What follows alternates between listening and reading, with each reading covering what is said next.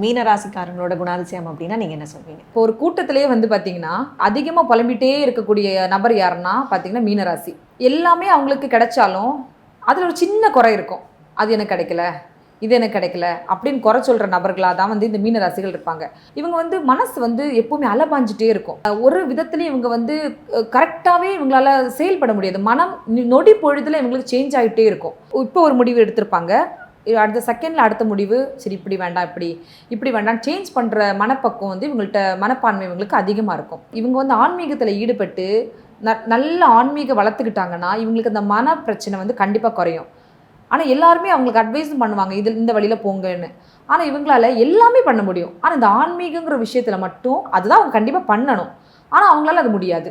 ரொம்ப ரேர் தான். ஏன்னா அவங்களுக்கு அந்த பயணத்துக்கு போயிட்டாங்கன்னா இவங்க எதிர்பார்க்குற எல்லா விஷயமும் கிடைச்சிரும்.